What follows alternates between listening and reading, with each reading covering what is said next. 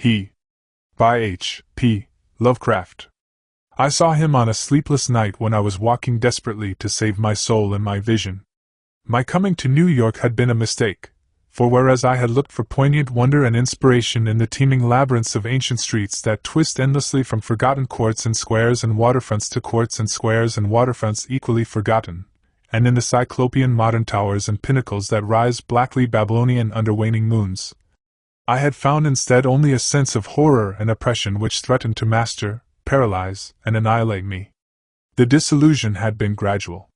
Coming for the first time upon the town, I had seen it in the sunset from a bridge, majestic above its waters, its incredible peaks and pyramids rising flower-like and delicate from pools of violet mist to play with the flaming golden clouds and the first stars of evening. Then it had lighted up window by window above the shimmering tides where lanterns nodded and glided and deep horns bayed weird harmonies, and had itself become a starry firmament of dream, redolent of fairy music, and one with the marvels of Carcassonne and Samarcand and El Dorado and all glorious and half-fabulous cities.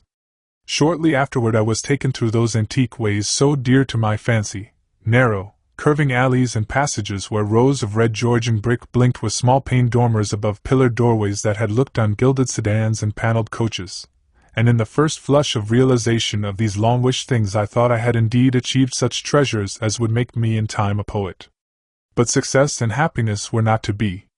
Garish daylight showed only squalor and alienage and the noxious elephantiasis of climbing, spreading stone where the moon had hinted of loveliness and elder magic, and the throngs of people that seethed through the flume-like streets were squat, swarthy strangers with hardened faces and narrow eyes, shrewd strangers without dreams and without kinship to the scenes about them, who could never mean aught to a blue-eyed man of the old folk, with the love of fair green lanes and white New England village steeples in his heart. So instead of the poems I had hoped for, there came only a shuddering blankness and ineffable loneliness, and I saw at last the fearful truth which no one had ever dared to breathe before, the unwhisperable secret of secrets, the fact that this city of stone and strider is not a sentient perpetuation of old New York as London is of old London and Paris of old Paris, but that it is in fact quite dead, its sprawling body imperfectly embalmed and infested with queer animate things which have nothing to do with it as it was in life. Upon making this discovery I ceased to sleep comfortably, though something of resigned tranquility came back as I gradually formed the habit of keeping off the streets by day and venturing abroad only at night, when darkness calls forth what little of the past still hovers wraith-like about, and old white doorways remember the stalwart forms that once passed through them. With this mode of relief I even wrote a few poems, and still refrained from going home to my people lest I seemed to crawl back ignobly in defeat.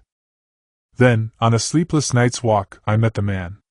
It was in a grotesque hidden courtyard of the Greenwich section, for there in my ignorance I had settled, having heard of the place as the natural home of poets and artists.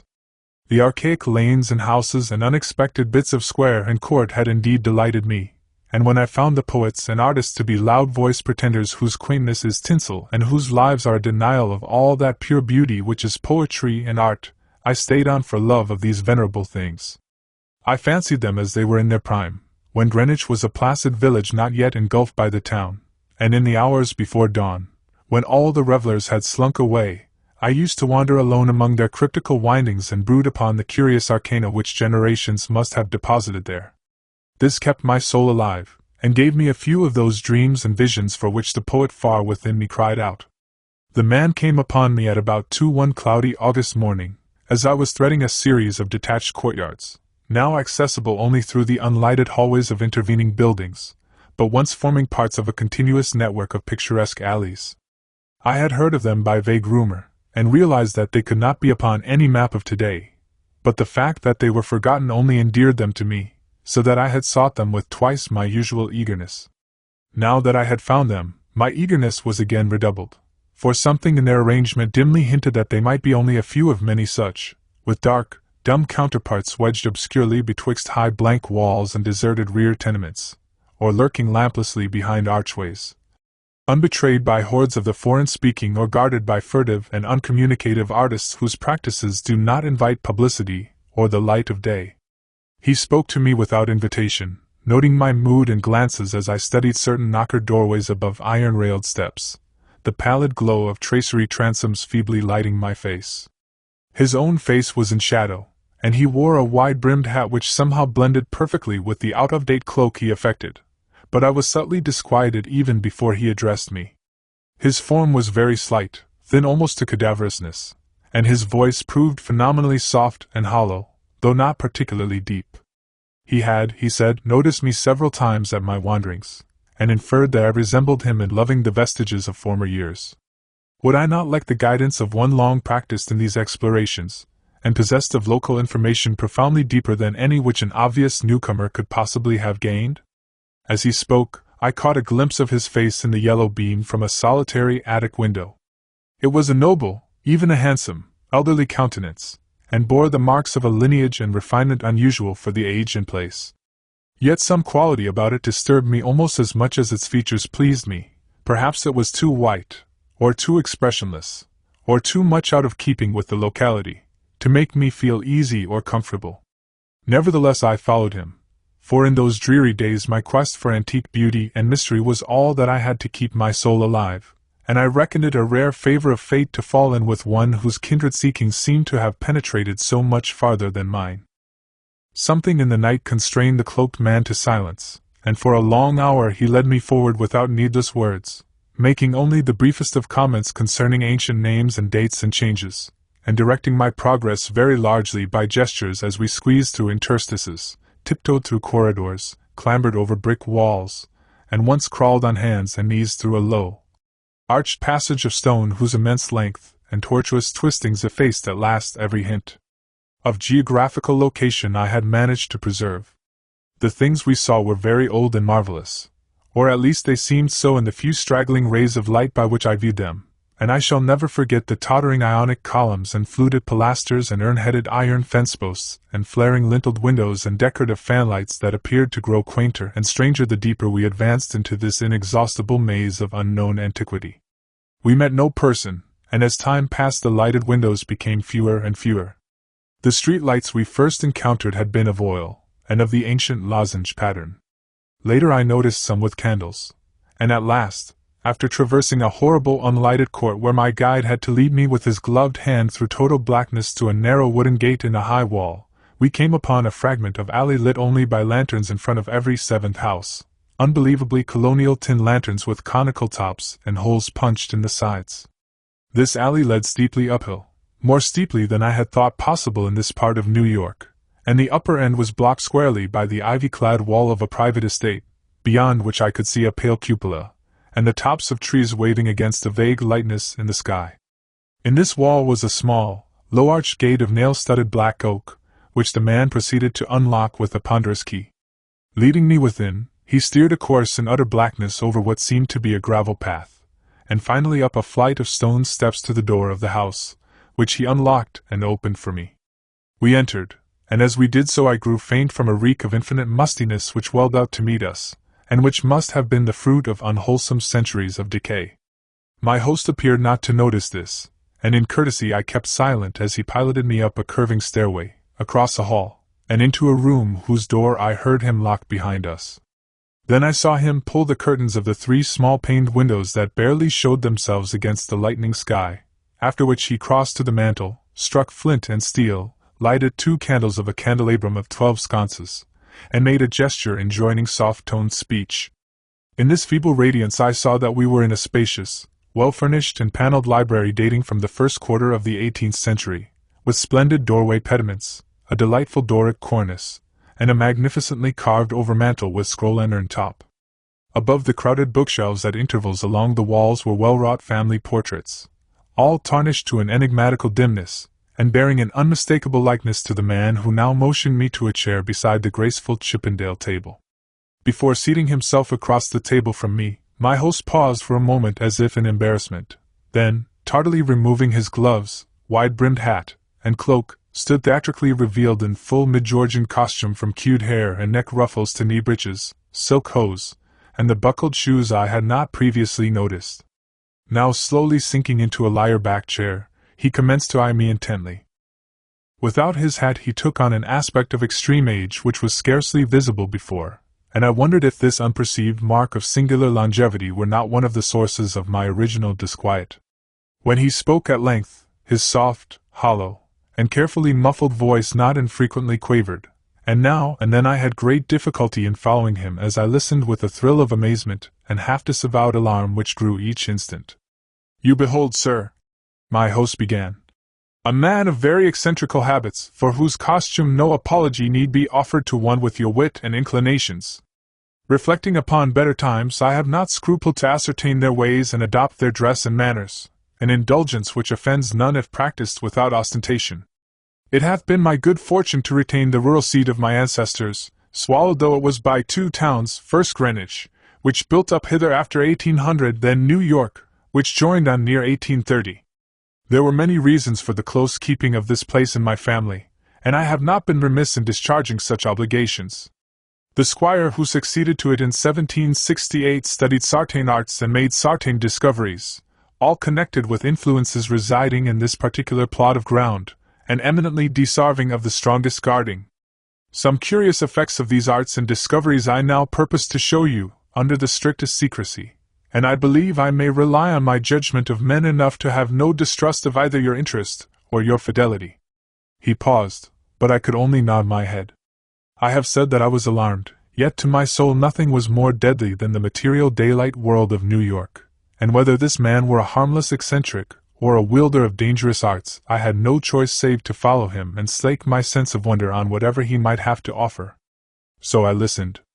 "To my ancestor," he softly continued, "there appeared to reside some very remarkable qualities in the will of mankind, qualities having a little suspected dominance not only over the acts of oneself and of others, but over every variety of force and substance in nature, and over many elements and dimensions deemed more universal than nature herself. May I say that he flouted the sanctity of things as great as space and time, and that he put to strange uses the rights of certain half-breed Red Indians once encamped upon this hill? These Indians showed choler when the place was built, and were plaguy pestilent in asking to visit the grounds at the full of the moon. For years they stole over the wall each month when they could, and by stealth performed certain acts. Then, in 68, the new squire catched them at their doings, and stood still at what he saw. Thereafter he bargained with them and exchanged the free access of his grounds for the exact inwardness of what they did, learning that their grandfathers got part of their custom from red ancestors and part from an old Dutchman in the time of the States General. And pox on him, I'm afeard the squire must have served them monstrous bad rum, whether or not by intent, for a week after he learnt the secret he was the only man living that knew it. You, sir, are the first outsider to be told there is a secret, and split me if I'd have risked tampering that much with the powers, had ye not been so hot after bygone things." I shuddered as the man grew colloquial, and with the familiar speech of another day. He went on. "But you must know, sir, that what the squire got from those mongrel salvages was but a small part of the learning he came to have. He had not been at Oxford for nothing, nor talked to no account with an ancient chymist and astrologer in Paris. He was, in fine, made sensible that all the world is but the smoke of our intellects, past the bidding of the vulgar, but by the wise to be puffed out and drawn in like any cloud of prime Virginia tobacco. What we want, we may make about us, and what we don't want, we may sweep away. I won't say that all this is wholly true in body, but 'tis sufficient true to furnish a very pretty spectacle now and then. You, I conceive, would be tickled by a better sight of certain other years than your fancy affords you, so be pleased to hold back any fright at what I design to show. Come to the window and be quiet." My host now took my hand to draw me to one of the two windows on the long side of the malodorous room, and at the first touch of his unloved fingers I turned cold. His flesh, though dry and firm, was of the quality of ice, and I almost shrank away from his pulling. But again I thought of the emptiness and horror of reality, and boldly prepared to follow whithersoever I might be led. Once at the window, the man drew apart the yellow silk curtains and directed my stare into the blackness outside. For a moment I saw nothing save a myriad of tiny dancing lights far, far before me. Then, as if in response to an insidious motion of my host's hand, a flash of heat lightning played over the scene, and I looked out upon a sea of luxuriant foliage unpolluted, and not the sea of roofs to be expected by any normal mind. On my right the Hudson glittered wickedly, and in the distance ahead I saw the unhealthy shimmer of a vast salt marsh constellated with nervous fireflies. The flash died, and an evil smile illumined the waxy face of the aged necromancer. That was before my time, before the new squire's time. Pray let us try again. I was faint, even fainter than the hateful modernity of that accursed city had made me. Good God! I whispered. Can you do that for any time? And as he nodded, and bared the black stumps of what had once been yellow fangs, I clutched at the curtains to prevent myself from falling. But he steadied me with that terrible, ice-cold claw, and once more made his insidious gesture. Again the lightning flashed, but this time upon a scene not wholly strange. It was Greenwich, the Greenwich that used to be, with here and there a roof or row of houses as we see it now, yet with lovely green lanes and fields and bits of grassy common. The marsh still glittered beyond, but in the farther distance I saw the steeples of what was then all of New York, Trinity and St. Paul's and the brick church dominating their sisters, and a faint haze of wood smoke hovering over the whole. I breathed hard, but not so much from the sight itself as from the possibilities my imagination terrifiedly conjured up. Dare you, go far? I spoke with awe, and I think he shared it for a second, but the evil grin returned. Far? What I have seen would blast ye to a mad statue of stone. Back, back, forward, forward, look, ye puling lackwit. And as he snarled the phrase under his breath, he gestured anew, bringing to the sky a flash more blinding than either which had come before. For full 3 seconds I could glimpse that pandemoniac sight, and in those seconds I saw a vista which will ever afterward torment me in dreams. I saw the heavens verminous with strange flying things, and beneath them a hellish black city of giant stone terraces with impious pyramids flung savagely to the moon, and devil lights burning from unnumbered windows. And swarming loathsomely on aerial galleries I saw the yellow, squint-eyed people of that city, robed horribly in orange and red, and dancing insanely to the pounding of fevered kettledrums, the clatter of obscene crotala, and the maniacal moaning of muted horns whose ceaseless dirges rose and fell undulantly like the waves of an unhallowed ocean of bitumen. I saw this vista, I say, and heard as with the mind's ear the blasphemous Dom Daniel of cacophony which companioned it. It was the shrieking fulfillment of all the horror which that corpse city had ever stirred in my soul, and forgetting every injunction to silence I screamed and screamed and screamed as my nerves gave way and the walls quivered about me. Then, as the flash subsided, I saw that my host was trembling too, a look of shocking fear half blotting from his face the serpent distortion of rage which my screams had excited. He tottered, clutched at the curtains as I had done before, and wriggled his head wildly, like a hunted animal. God knows he had cause, for as the echoes of my screaming died away there came another sound so hellishly suggestive that only numbed emotion kept me sane and conscious. It was the steady, stealthy creaking of the stairs beyond the locked door, as with the ascent of a barefoot or skin-shod horde, and at last the cautious, purposeful rattling of the brass latch that glowed in the feeble candlelight. The old man clawed and spat at me through the moldy air, and barked things in his throat as he swayed with the yellow curtain he clutched. The full moon, damn ye, ye yelping dog, ye call them, and they've come for me. Moccasin feet, dead men, gad sink ye red devils, but I poison no rum o' yours, haunt I kept your pox-rotted magic safe, ye swillied yourselves sick, curse ye, and ye must needs blame the squire, let go, you. Unhand that latch, I've naught for ye here. At this point 3 slow and very deliberate raps shook the panels of the door, and a white foam gathered at the mouth of the frantic magician. His fright, turning to steely despair, left room for a resurgence of his rage against me, and he staggered a step toward the table on whose edge I was steadying myself. The curtains, still clutched in his right hand as his left clawed out at me, grew taut and finally crashed down from their lofty fastenings, admitting to the room a flood of that full moonlight which the brightening of the sky had presaged. In those greenish beams the candles paled, and a new semblance of decay spread over the muss-reeking room with its wormy paneling, sagging floor, battered mantel, rickety furniture, and ragged draperies. It spread over the old man, too, whether from the same source or because of his fear and vehemence, and I saw him shrivel and blacken as he lurched near and strove to rend me with vulturine talons. Only his eyes stayed whole, and they glared with a propulsive, dilated incandescence which grew as the face around them charred and dwindled. The rapping was now repeated with greater insistence, and this time bore a hint of metal. The black thing facing me had become only a head with eyes, impotently trying to wriggle across the sinking floor in my direction, and occasionally emitting feeble little spits of immortal malice. Now swift and splintering blows assailed the sickly panels, and I saw the gleam of a tomahawk as it cleft the rending wood. I did not move, for I could not, but watched dazedly as the door fell in pieces to admit a colossal, shapeless influx of inky substance starred with shining, malevolent eyes. It poured thickly, like a flood of oil bursting a rotten bulkhead, overturned a chair as it spread, and finally flowed under the table and across the room to where the blackened head with the eyes still glared at me. Around that head it closed, totally swallowing it up, and in another moment it had begun to recede, bearing away its invisible burden without touching me, and flowing again out of that black doorway and down the unseen stairs, which creaked as before, though in reverse order. Then the floor gave way at last, and I slid gaspingly down into the night chamber below, choking with cobwebs and half swooning with terror. The green moon, shining through broken windows, showed me the hall door half open, and as I rose from the plaster-strewn floor and twisted myself free from the sagged ceiling, I saw sweep past it an awful torrent of blackness, with scores of baleful eyes glowing in it. It was seeking the door to the cellar, and when it found it, it vanished therein. I now felt the floor of this lower room giving as that of the upper chamber had done, and once a crashing above had been followed by the fall past the west window of something which must have been the cupola.